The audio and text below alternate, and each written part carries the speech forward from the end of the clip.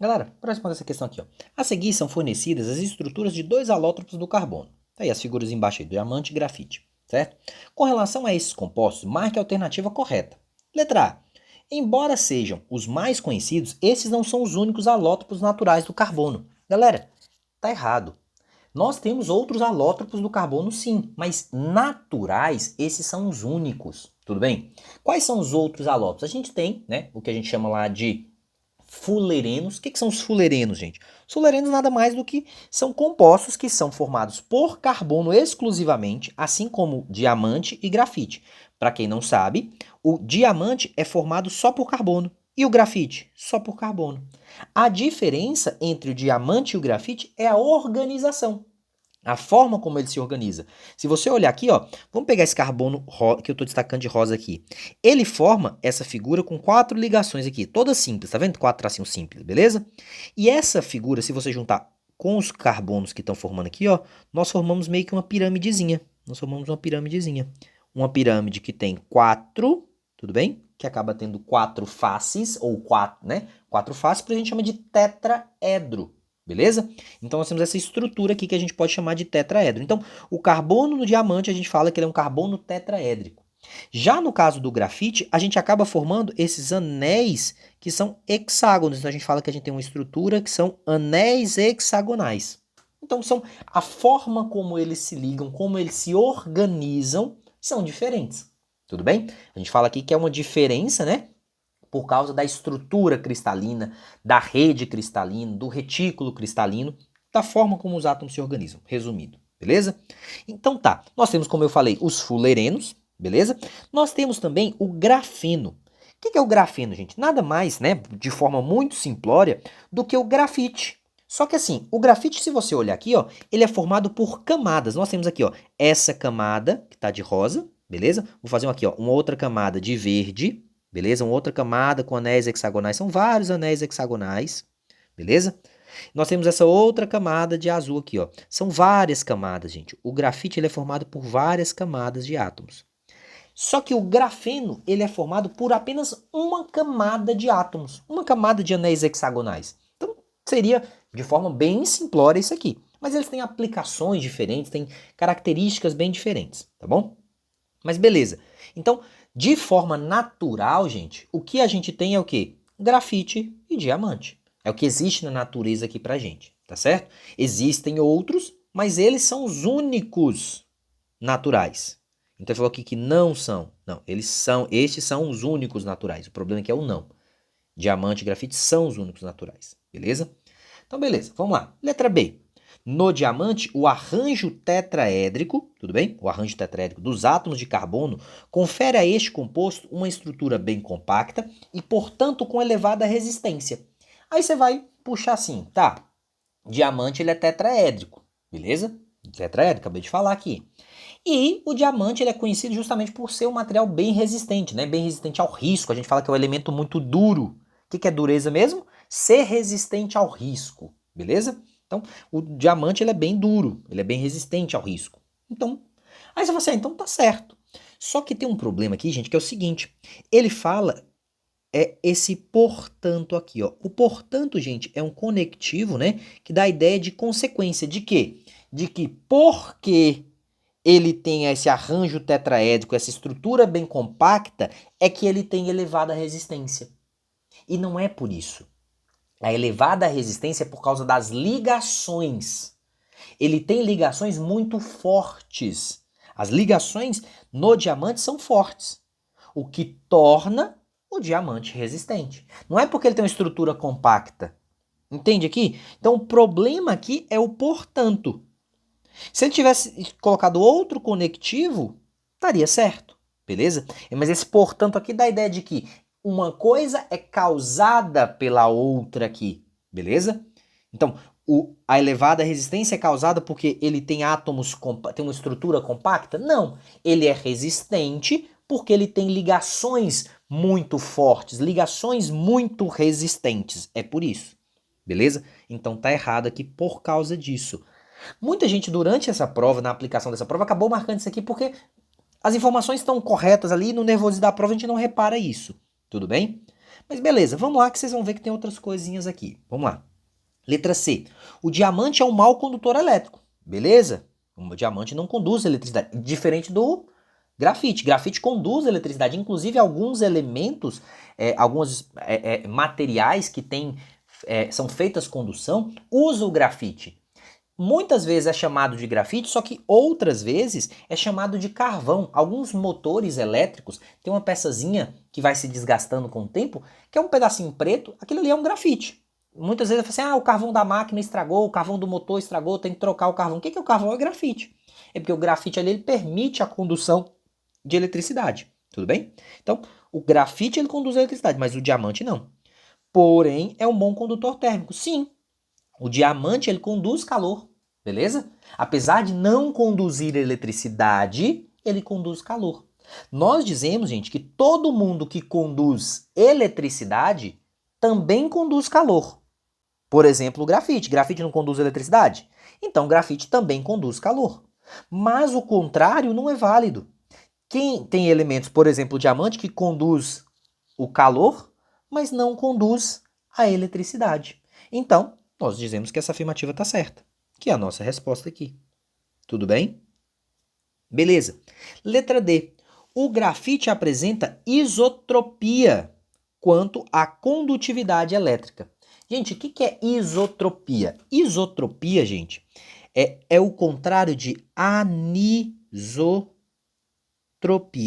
Anisotropia. Tudo bem? O que é iso? Iso quer dizer igual. Aniso quer dizer diferente, estranho. Beleza? O que acontece? Então, tropia. E tropia quer dizer afinidade. Tudo bem? Característica. Quando a gente fala que uma coisa é isotrópica, quer dizer que ela é igual em todos os sentidos. Já uma coisa anisotrópica, ela é diferente nos sentidos. Como assim? Eu gosto de pegar aqui como exemplo para vocês entenderem aqui, uma chapa de madeira. Todo mundo já viu, né? Todo mundo já viu aqui alguma vez na vida, uma mesa que é feita de chapa. Aquelas chapas de madeira que são de compensado, que é uma, né? Aquelas que usa para fazer móveis, usa para fazer palco, essas coisas assim. Se você olhar, a mesa, ela tem, né? Ela vai ter aqui assim, ó. Vamos imaginar que a gente tem a chapa de madeira aqui. Ela tem algumas ranhuras, né? A madeira tem algumas ranhuras assim. Não é bem homogêneo o negócio, não, mas tem lá, tem as ranhuras. Tudo bem? E aí, gente, o que acontece? Se você pegar e olhar essa chapa de madeira, vou usar a chapa de madeira para vocês entenderem aqui. E fazer o seguinte, você vai lá, puxa para cá, faz uma força puxando para cá e faz uma força puxando para cá. Essa chapa de madeira, você vai fazer muita força mesmo nesse sentido, para conseguir romper essa chapa de madeira. Muita força mesmo. Agora, se você vem aqui e faz uma força nesse sentido aqui, ó, puxando para cá e puxando para cá, você vai ver que você não vai precisar de tanta força, não. A chapa ela vai rasgar facilmente. Porque e você vai ver que ela vai rasgar exatamente no sentido que está a fibra. A fibra vai separar uma fibra da outra. Ou seja, a chapa de madeira ela tem uma resistência à tração anisotrópica. Gente, presta atenção, o mesmo material ele pode ser isotrópico para uma coisa e anisotrópico para outra. Você tem que especificar o que é. No caso da questão, ele falou que é isotrópico quanto à condutividade elétrica. Tudo bem? Foi o que ele falou, não foi?